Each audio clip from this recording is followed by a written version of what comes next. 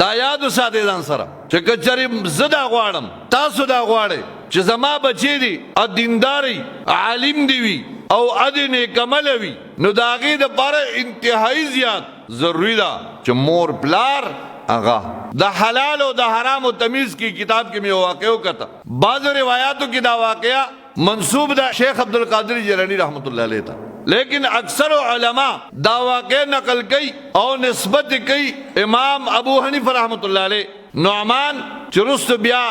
پا امام ابو حنیفہ باندې مشهور شو دا امام ابو حنیفہ رحمت اللہ علیہ والد سیب چکمو اغی پلار باندې روانو لارا کی والا روانه دا پا والا کی اوبا روانه دی اوبو کی یو سیو را روان دی نو داغا سیو را واغشتا اوبو کی روان دی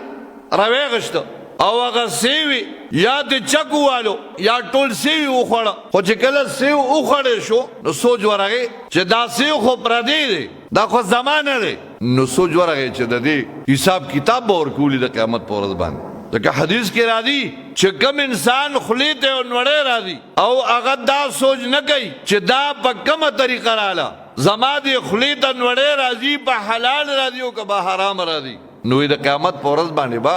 دا پروا الله نه کوي دا تپوس به نه کوي چې د دوزخ په کومه کنده کې پروت دی نن خو مونږ وایو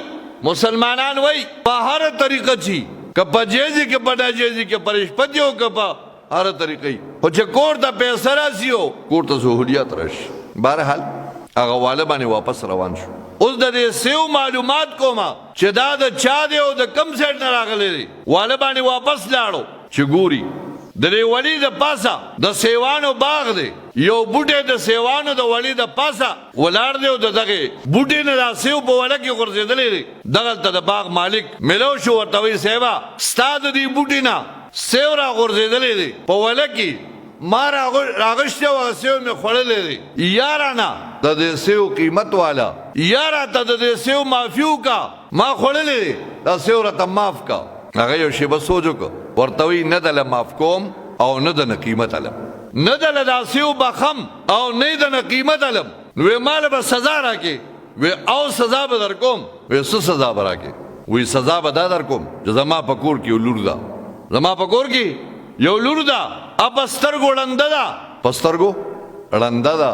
په غوږونو کڼه ده په خپو لاسونو شله ده په سر گنجې ده دا اوس څه شی دی په سترګو ړنده په غوږونو کڼه په خپو لاسونو شله په سر گنجې وی که دې لور سره مې نکاح ته غاړه ږدي او د دې خدمت به کې اما د دغې لور خدمت به کې په سترګو ړنده ده په غوږونو کڼه ده په خپو لاسونو شله ده په سر گنجې ده د دې خدمت دپاره څو پورې دا جمدی وي د دې خدمت به کې د وی چې خدای دا خو تیار مړی دی د مړي خدمت دی خو زه چلو ژوند به ورسره تیر کم د دنیا عذاب او سزا او تکلیف دی برداشت بکم خو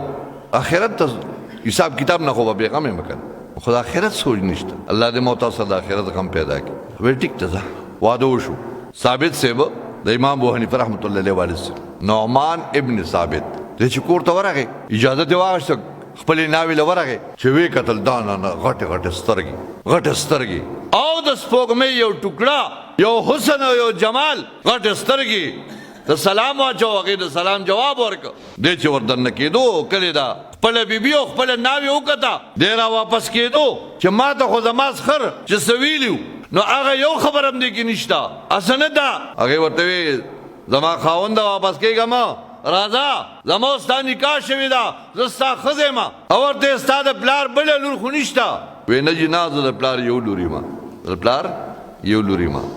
وی ستا پلار خو ما سره چې کومې خبرې کړې وي بهرحال شپه تېره شوه د واده شپه تېره شوه سبا ته سخر بابا تپوس وکړه وی خپله بیبي دې څنګه ومونته ستا بیبي څنګه وه هغه ورته وی صاحبه تاسو چې ما له کومې خبرې کړې وي نو هغه خبره خو یو هم دې کې نشته تاسو یې په سترګو ړنده ده هغې خو خشته غټې غټې سترګې دي تاسو یې په خپلو لاسونو شله ده خپې لاسونه هم ښه خشته ورته وی دا زما بچی ده دا زما لور وه یو لور مې ده خو الحمدلله دا د قرآن او د حدیث عالمه ده د قرآن او د حدیث عالمه ده دا د قرآن حافظه ده وی ما د دې د رشتې دپاره یو داسې کس کتو یو داسې کس مې کتو چې د هغه په زړه کې د الله نه یری د هغه په زړه کې د الله نه یری ما د خپل لور د رشتې لپاره داسې کس کتو کله چې تا ما ته د سیو خبر وکړه چې دا سیو مې خوړلې او د دې راته یا مافیو کا یا نه قیمت والا نو ماړه کې سوچو چې زما د لور د رشتې لپاره الله رب العزت مال یو داسې صفات والا چې هغه سره د آخرت دومره غم او درد دی چې هر قسمه سزا ته غاړه دی او اوس دا تویم چې دا په سترګو ړنده ځکه ده چې په تمامه زندګۍ کې د چرته پردي نامحرم کس ته په غلط نظر باندې نه دي کتلی په خپلو لاسونو شله ځکه ده چې اوسه پورې دا زما د اجازت نه بغیر د پلار د اجازت نه بغیر د کور د چته نه تللی او په سر گنجې ځکه ده چې زما د بچې ویښته لا اوسه پورې چا نه دي کتلی دی وجه نه زما عزتمندو د دغې ثابت صاحب نه او د دغې بیبي نه چې کله اولاد پیدا کیږي نو هغه اولاد هغه څوک دی هغه نعمان ابن ثابت نعمان نامه ولا کې خدا د ثابت زوی دی او چې کله غټ شو نو په امام ابو حنیفه رحمت الله علیه باندې